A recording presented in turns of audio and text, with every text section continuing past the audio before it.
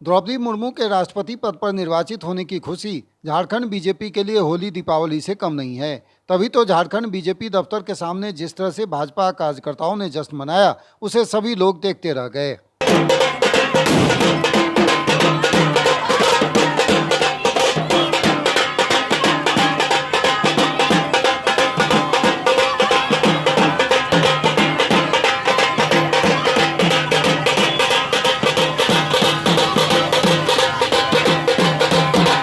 बारिश की परवाह किए बगैर पूर्व निर्धारित कार्यक्रम के तहत बीजेपी दफ्तर जुटे कार्यकर्ताओं ने जिस तरह से जश्न मनाया, उससे साफ लग रहा था कि एक आदिवासी महिला के पहली बार देश के राष्ट्रपति चुने जाने पर उनके मन में कितनी खुशी है।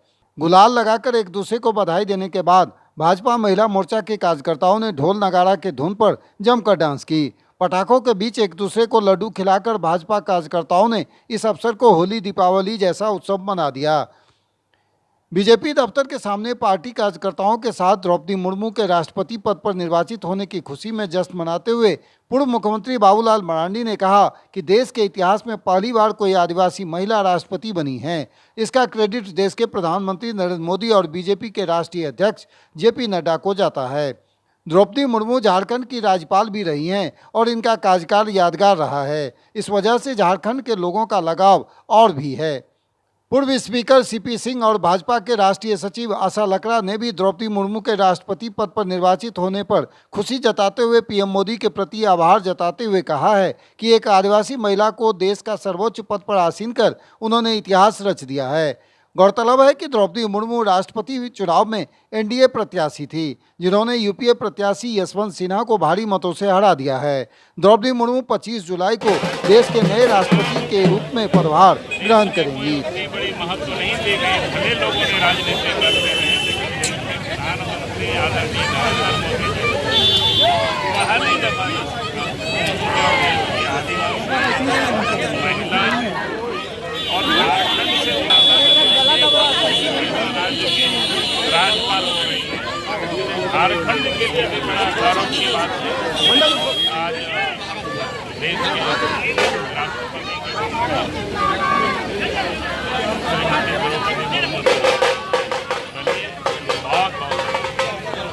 और आज़ादी के अमृत महोत्सव कार्यकाल में हमारे देश के आदरणीय यशस्वी प्रधानमंत्री नरेंद्र मोदी जी ने पहली बार एक आदिवासी महिला को राष्ट्रपति पद के लिए उम्मीदवार खड़ा किया और उसे जिताने का काम किया है। इसके लिए देश के प्रधानमंत्री आदरणीय मोदी जी और भारतीय जनता पार्टी का केंद्रीय नेतृत्व बधाई के पात्र है। चूँकि आज़ादी के 75 साल में कभी भी आदिवासी दलित को प्रधानमंत्री राष्ट्रपति बनने का अवसर नहीं मिला, लेकिन देश के प्रधानमंत्री जी ने पहले भी दलित राष्ट्रपति बनाने का काम किया। इस बार आदिवासी महिला को राष्ट्रपति बनाने का काम किया है। तो यही कहेंगे कि मोदी है तो मुमकिन है, ये भारतीय जनता पार्टी में ही संभव है। सबसे पहले तो भारत के इतिहास में पहली बार जनजातीय महिला को एनडीए ने एक उम्मीदवार बनाया, और ऐसी महिला जिन्होंने प्रशासनिक तौर पर, सामाजिक तौर पर हर तरह से समाज को अगुवा बन कर के काम की, एक नीचे तबके से काम किया है। ये आदिवासी समाज के लिए गौरव का विषय है, और मैं भारतीय जनता पार्टी के शीर्ष नेताओं का बहुत आभार व्यक्त करती हूँ कि आपने अंत्योदय जैसे सोच को सबके सामने रखा है।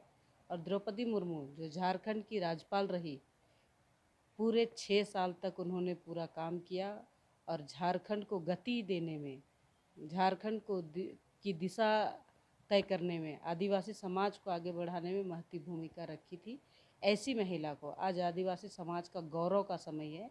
मैं तो माननीय मोदी जी का बहुत तहे दिल से धन्यवाद करती हूँ कि आपने 19 नवंबर को जनजातीय गौरव दिवस का घोषणा करते हैं, और 2022 में एक आदिवासी महिला जो कल्पना से परे हैं, ऐसी महिला को आपने भारत के सर्वोच्च पद पर स्थापित करने के लिए आपने आज उनको चुन करके लाए हैं।